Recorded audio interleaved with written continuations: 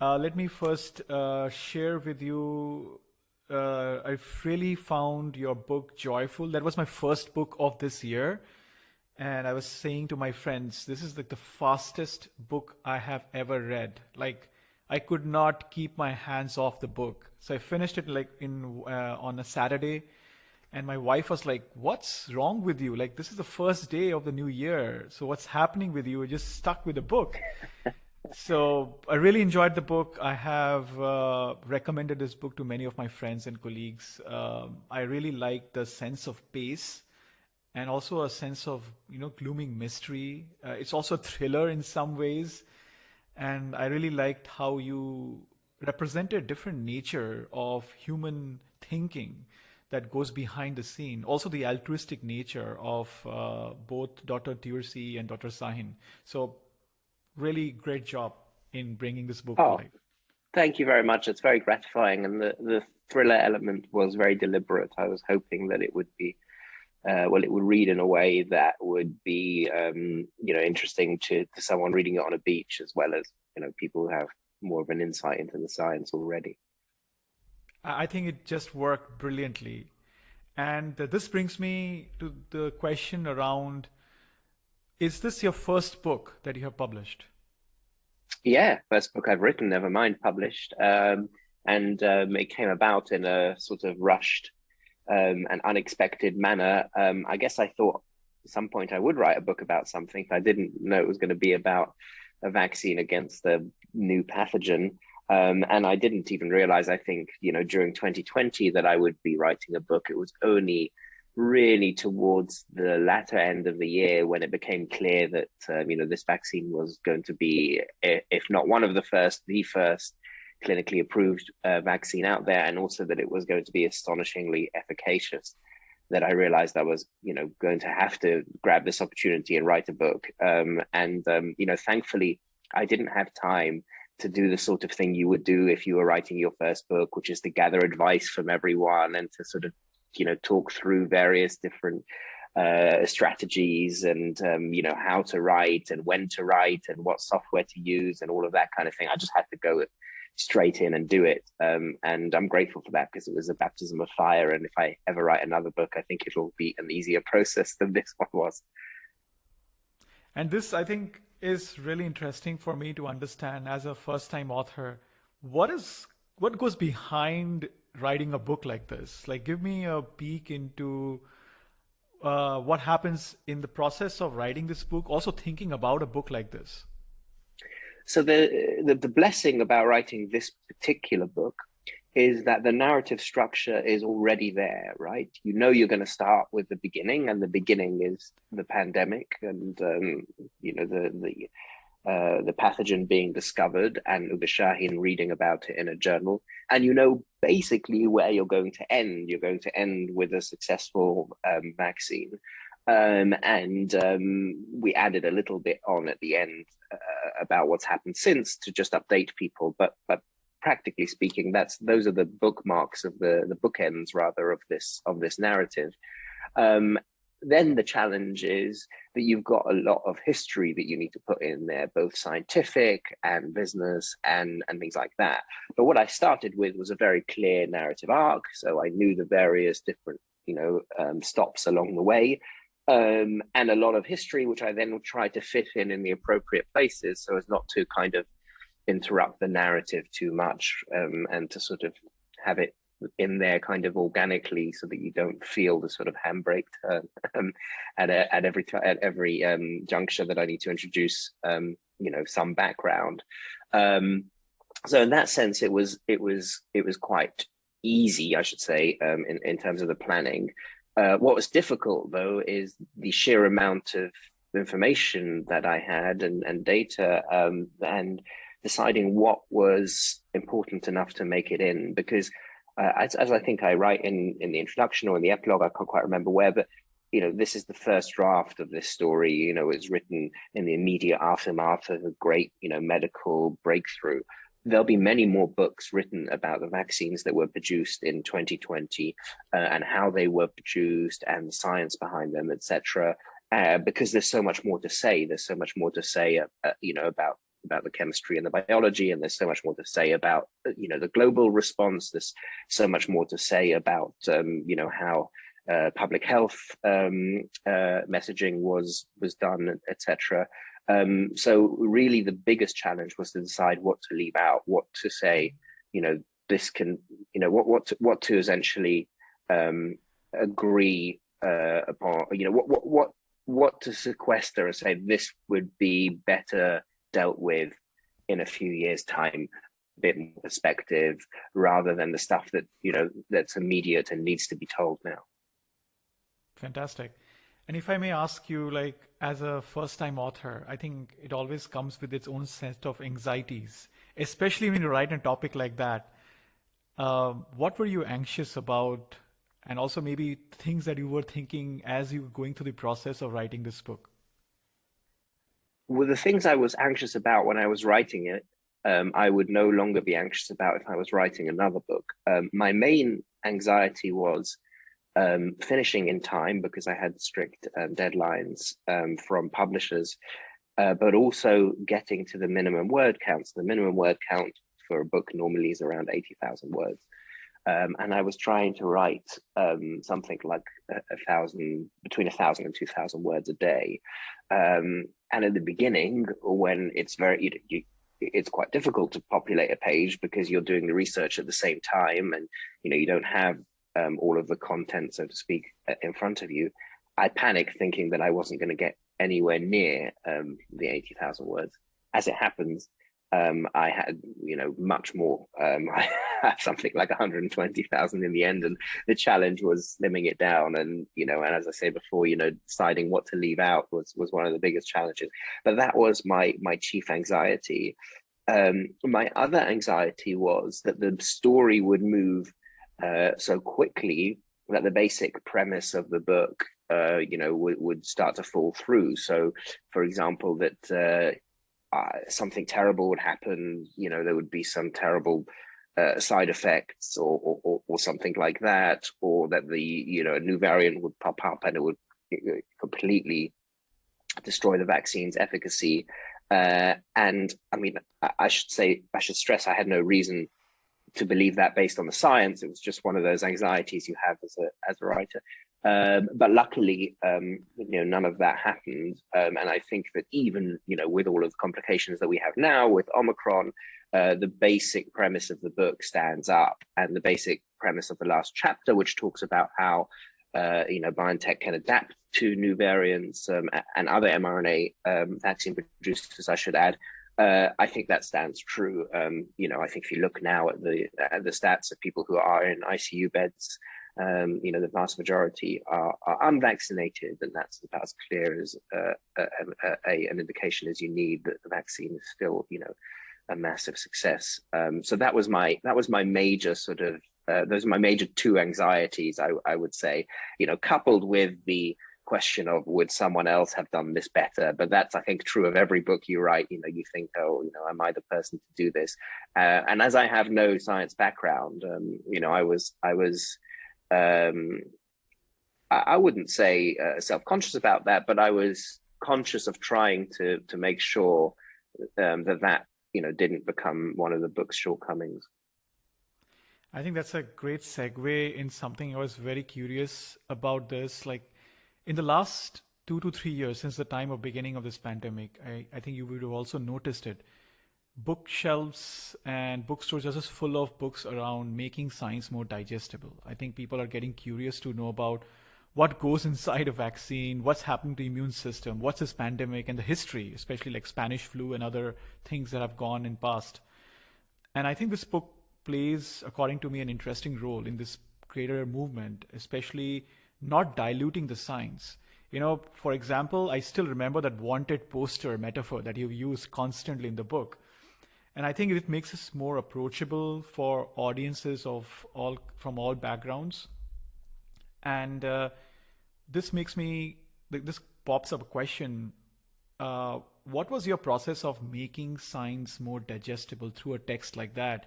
Especially these metaphors that you've used.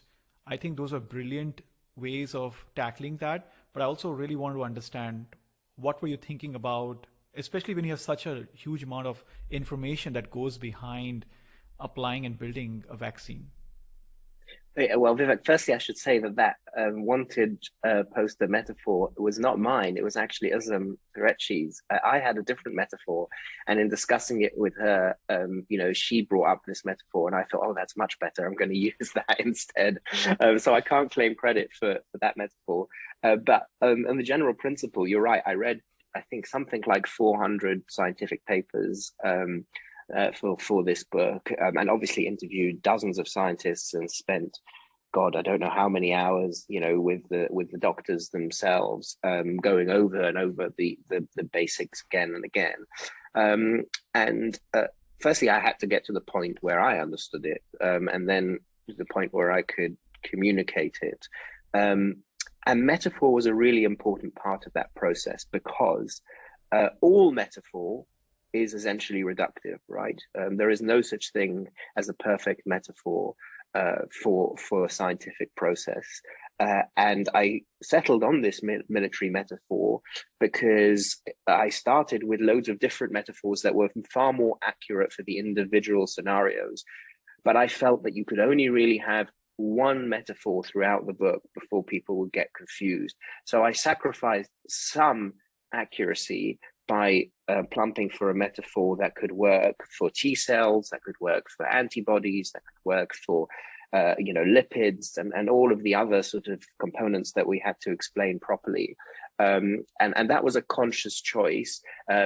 Nothing is wrong, I would say, in the way we describe something, but sometimes I have simplified things in order to fit it into the metaphor, because I think otherwise you would lose, the average reader. And that is a conscious choice. And that's what I, talked about when I say there'll be other books written. I'm sure there'll be many more scientific books written for people who have a certain grounding in biology, for example, and microbiology, who can go into the details, and you could write volumes and volumes on mRNA science.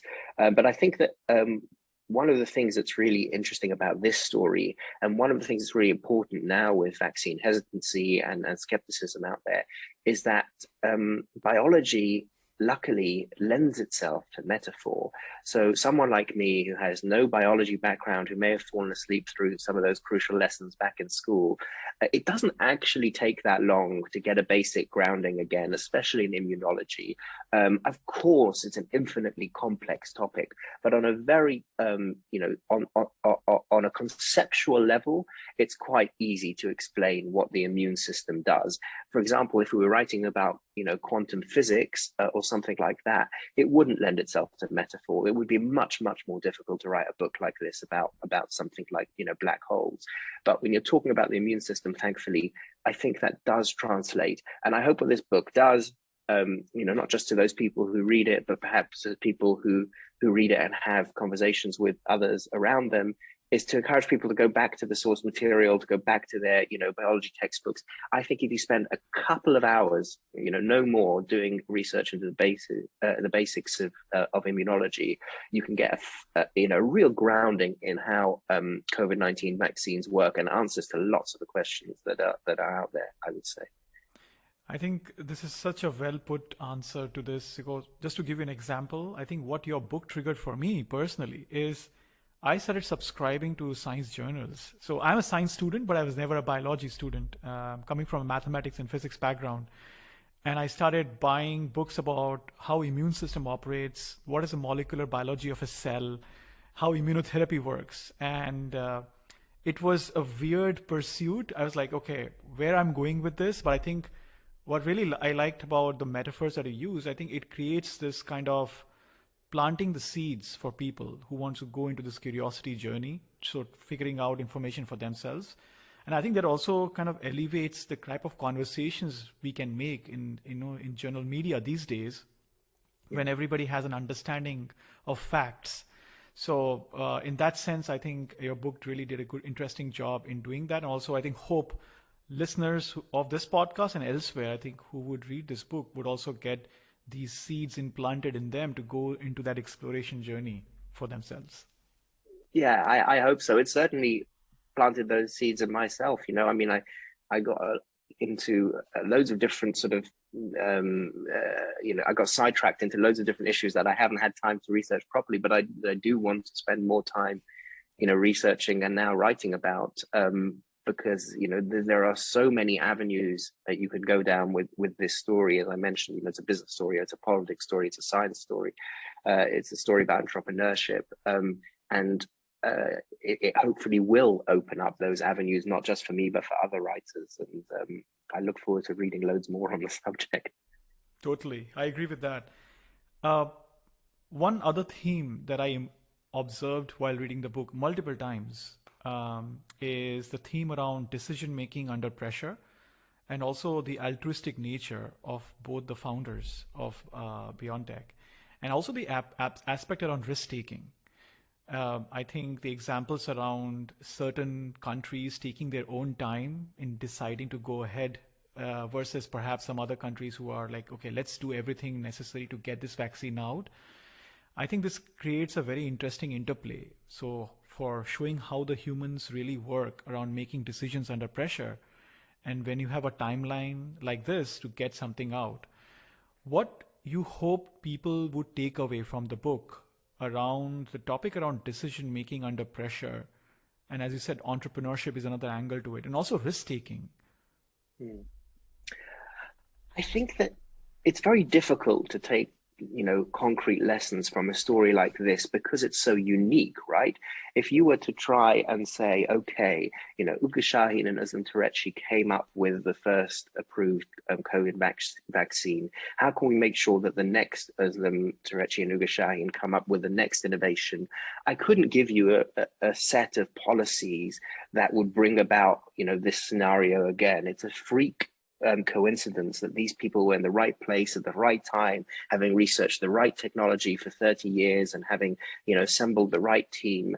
But what I think it does drive home is the power of individuals, right? It was individual will, individual focus, individual commitment that got us to this point, not grand, transnational organizations or NGOs or anything like that. They all, not to put too fine a point to it, failed, right? I mean, there was a discussion at the World Economic Forum at Davos at the beginning of 2020 about this pathogen, and a plan was sketched between the various confusingly named NGOs that are supposed to look after these things, and it all basically fell apart as soon as it hit political reality. While meanwhile, two people who'd never been anywhere near Davos or weren't on the radar of any of these organizations or of governments around the world were just plowing ahead and doing their thing, and I think we as a society and we as a culture have to be a little bit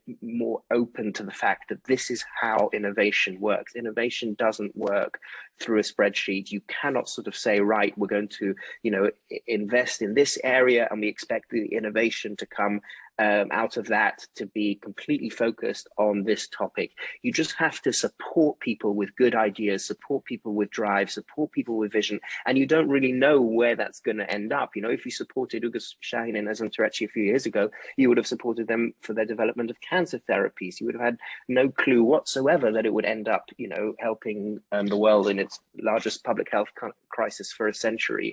And to me, that was the amazing thing about this, is that when the world was in lockdown, a bunch of completely anonymous people in a city that, no disrespect to minds, most people hadn't heard of, who were at the forefront of all of this, and to me that was invigorating, because it says so much about all of our potential, and it also says something about the fact that we can't control something as nebulous as human innovation. It emerges through the cracks from all sorts of unexpected places, and the best that we can do is be open as a society, as a culture, to people who clearly have drive, have vision, want to do something with their lives, and hope for the best, basically. Yeah, I mean, it's such a beautifully way of describing it. And I think when I reread the book, and especially the parts where both the founders and the team behind them trying their all possible avenues to get this out, to test it. And they had obviously go through a different process, essentially a process which is designed to prevent calamities, but yet they come in the way when thinking about creating a solution quickly in terms of in hands of customer. And I think what you're saying is quite interesting because instead of manufacturing innovation, what I take away from what you shared in the book and also what you're sharing now is how can we as organizations, as teams, and also individuals create an environment where we think about reducing blockers and hindrances in front of people.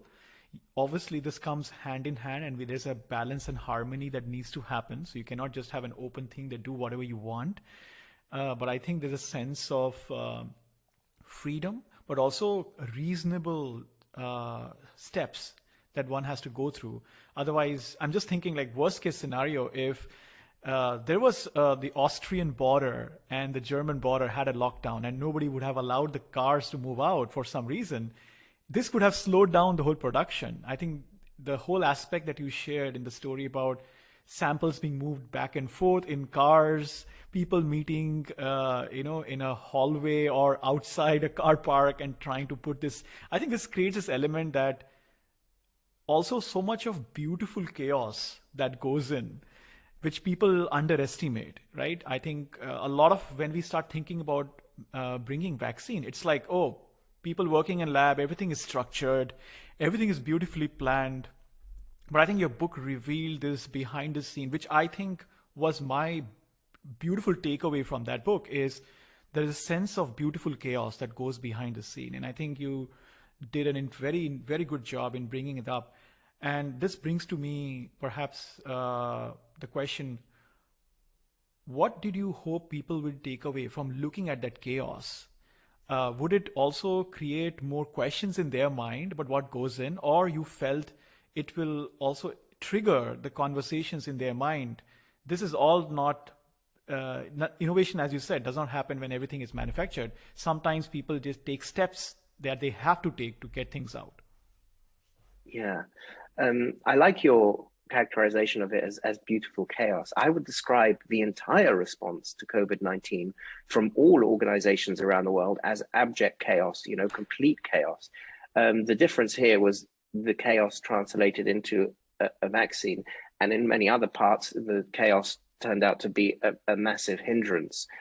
So I'm not necessarily advocating for chaos everywhere. I think that was a big mistake. And there's many, many things that can be done at the international level to make sure we have a less chaotic response to COVID-19 and indeed to any other new pathogen, or disease that comes along. For example, just to take one issue, it's very clear that even if mRNA vaccines become even more efficient than they are now, and we can get a new vaccine within, say, 3 months of a new pathogen turning up, you still have 3 months in which the virus is spreading around the world. And the first line of defense, and perhaps the only line of defense we could have to that, is an efficient track and trace system. Now, we do not have an efficient track and trace system. And to my knowledge, the best minds of Silicon Valley are not working on an efficient track and trace system. And so there are many, many things we can do within a less chaotic structure to get us to that point. I guess it goes back to my previous point. When we talk about that chaos, I think that society needs to allow space for the chaotic. There needs to be, we cannot regiment innovation completely. We cannot have all of our solutions within a certain framework. Of course, we need to have a framework, and of course, we need to have functioning governments and functioning bureaucracies, but we also need to have a ring-fenced part of society in which people with moonshot ideas are free to do their thing, and not only free to do their thing, but respected and listened to when they do come up with, with good ideas and with innovations and things like that. And instead of being so prescriptive about how innovation should happen within X university or X region, I think we should give up on that kind of thing. And I see a worrying trend, for example, in Europe at the moment, where say we're talking about semiconductors now and the shortage of semiconductors, this sort of reshoring or attempt to reshore the semiconductors and chip design and things like that. I think all of those ideas end up being wrong-headed because they say we want this kind of innovation to happen here using these people instead of embracing the kind of the beautiful chaos, as you put it. Thank you for sharing that light. I think each one of the things that you talked about could basically mushroom into its own conversation, and we can spend hours on this. But I really want to appreciate the time that you have now. And just as we end, again, thank you so much for coming on this podcast, bringing your insight, your learning from the process of writing book. And I hope we get to talk again whenever you have an opportunity, because there's so much that I can talk to you about and learn from you and bring it to the people who would be very interested in this. Likewise, thanks very much. And I'm sure I'll be very happy to continue the conversation sometime. Lovely. I'm going to stop the recording now.